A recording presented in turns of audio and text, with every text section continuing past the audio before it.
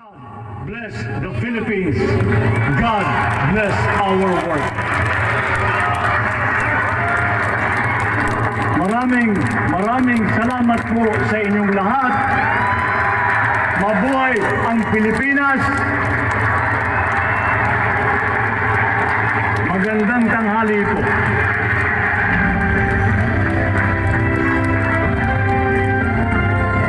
Excellencies, ladies and gentlemen, the President of the Republic of the Philippines, President Ferdinand Romualdez Marcos Jr.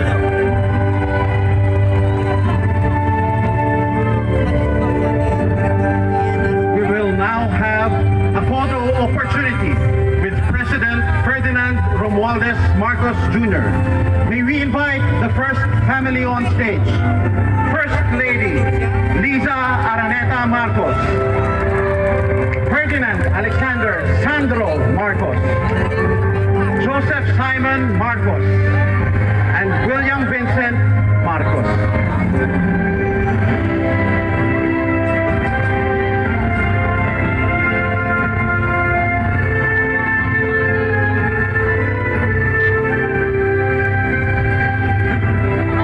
May we now request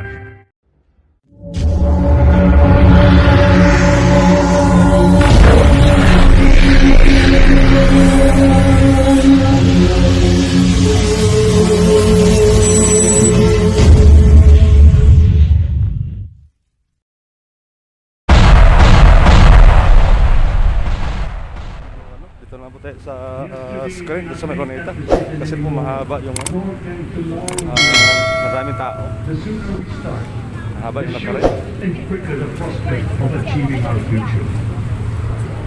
So dito tayo.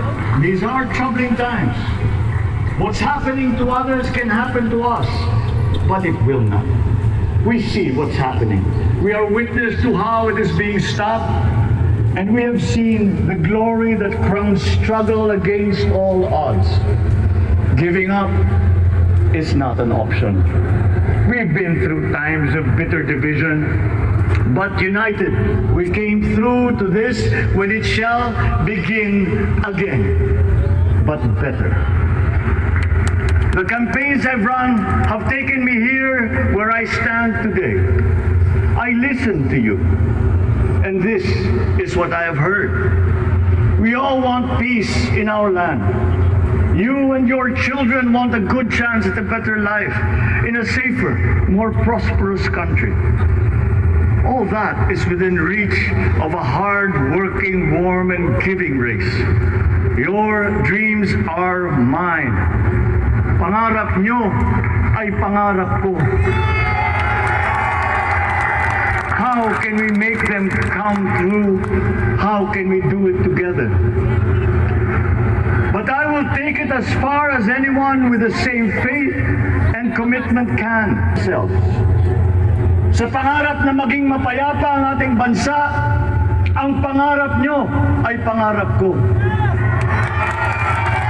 Sa pangarap na maging maunlad ang ating bansa, ang pangarap nyo ay pangarap ko.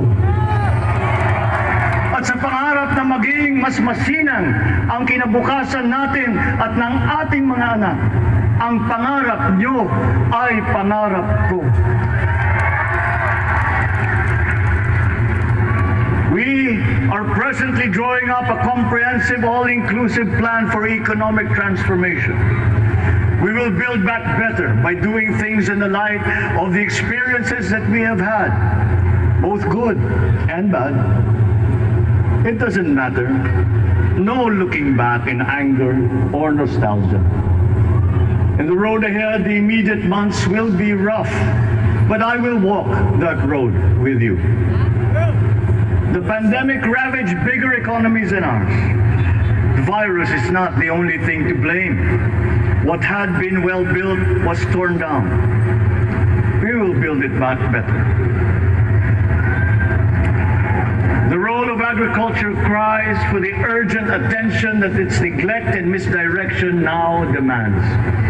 Food self-sufficiency has been the key promise of every administration. None but one delivered. There were inherent defects in the old ways and in recent ways too. The trade policy of competitive advantage made the case that when it comes to food sufficiency, a country should not produce but import what other countries make more of and sell cheapest. Then came Ukraine. The most vulnerable when it comes to food are the countries furthest away from the conflict, those bearing no blame for provoking it. Yet they face the biggest risk of starvation. If financial aid is poured into them, though it never is, there is nothing to buy. Food is not just a trade commodity. Without it, people weaken and die. Societies come apart. It is more than a livelihood. It is an existential imperative and a moral one. An agriculture damaged and diminished by unfair competition will have a harder time or will have no prospects at all of recovering. Food sufficiency must get the preferential treatment the richest free trade countries always gave their agricultural sectors. Their policy boils down to don't do as we do. Do what we tell you to. I am giving that policy the most serious thought if it doesn't change or make more allowances for emergencies with long-term effects. There is a parallel problem in our energy supply. Sufficient fossil fuel-free technology for whole economies has yet to be invented. And it is not seriously tried by rich countries. Again, consider the response of the richest countries to the war in Ukraine. But surely, a free world awash with oil can assure supplies. Or we will find a way. We are not far from oil and gas reserves that have already been developed. What we teach in our schools, the materials used must be rethought. I am not talking about history. I'm talking about the basics, the sciences, sharpening theoretical aptitude and imparting vocational skills, such as in the German example, alongside the national language with equal emphasis and facility in a global language, which we had and lost. Let us give OFWs all the advantages we can for them to survive and to thrive. Our teachers from elementary up are heroes fighting ignorance with poor paper weapons. We are condemning the future of our race to menial occupations abroad. Then they are exploited by traffickers. Once we had an education system that prepared coming generations for more and better jobs. There is hope for a comeback. Vice President and soon-to-be Secretary of Education, Sara Duterte Carpio, will fit that mission to a T. We won't be caught unprepared, under-equipped, and understaffed to fight the next pandemic. To start with, we never got over the pandemic of poor, if any, free public health. The last major upgrade of a public health system, exemplified by the resources poured into PGH, predates the current shambles by 3 generations. Our nurses are the best in the world. They acquitted themselves with the highest distinction abroad, having suffered even the highest casualties. With the same exemplary dedication at home, they just got by. They are out there because we cannot pay them for the same risk and workload that we have back here. There will be changes starting tomorrow. I am confident because I have an ople in my cabinet. There were shortcomings in the COVID response. We will fix them out in the open. No more secrets in public health. Remember, I speak from experience. I was among the first to get COVID. It was not a walk in the park. My father built more and better roads, produced more rice than all administrations before his. President Rodrigo Roa Duterte built more and better than all the administrations succeeding my father's. much has been built, and so well, that the economic dogma of dispersing it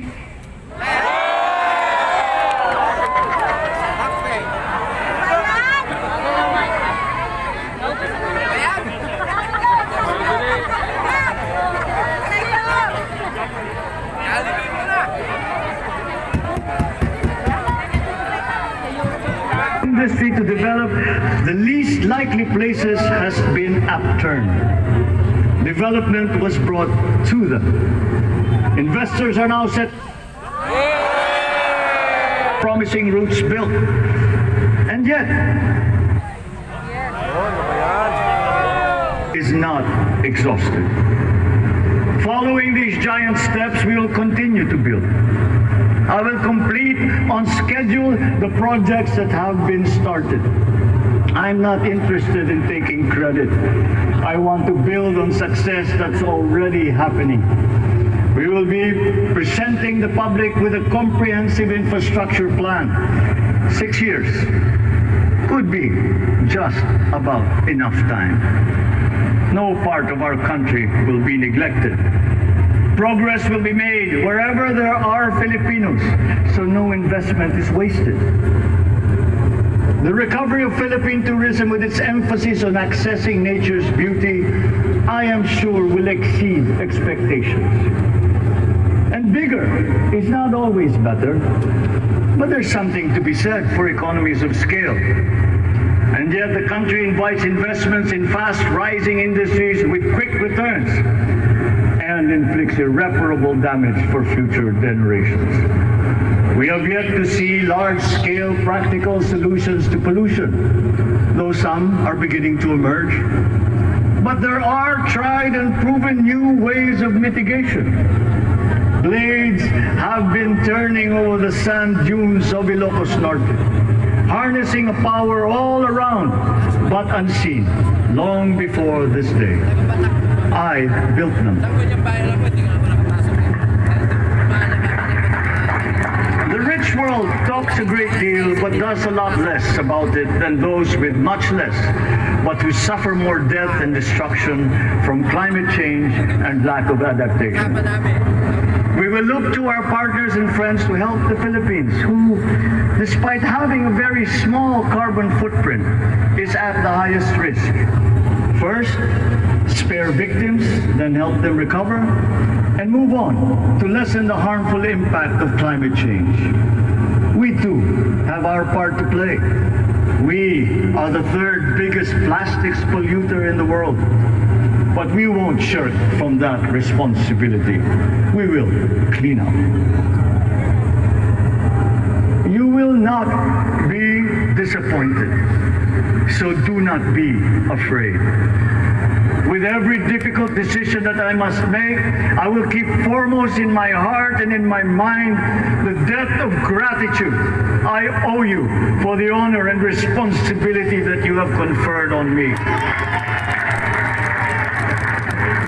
Whatever is in a person to make changes for the better of others, I lay before you now in my commitment. I will try to spare you. You have your other responsibilities to carry. But I will not spare myself from shedding the last bead of sweat or giving the last ounce of courage and sacrifice. And if you ask me why I am so confident of the future, I will answer you simply that I have 110 million reasons to start with.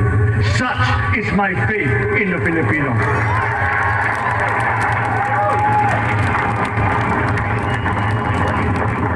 Believe, have hope.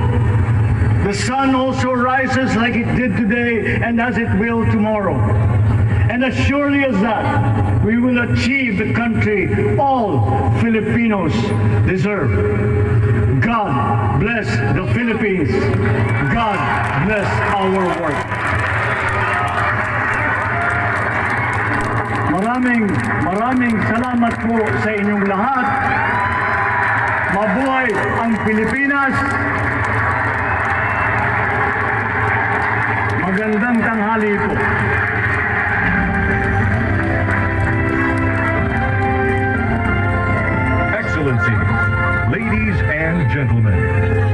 President of the Republic of the Philippines, President Ferdinand Romualdez Marcos Jr.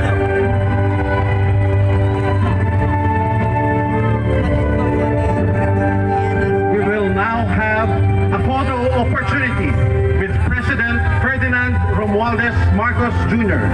May we invite the first family on stage. First Lady Liza Araneta Marcos, Ferdinand Alexander Sandro Marcos, Joseph Simon Marcos, and William Vincent Marcos.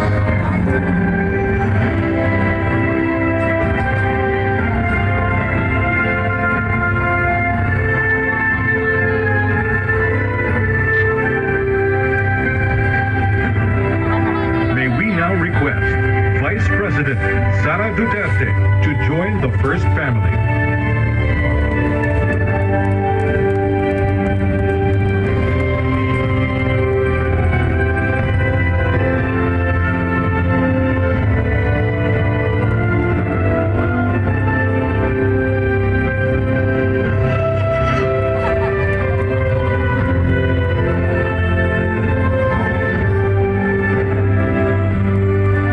May we now request on stage Chief Justice Alexander G. Gasmundo and Senate President Vicente Soto III to join the first family.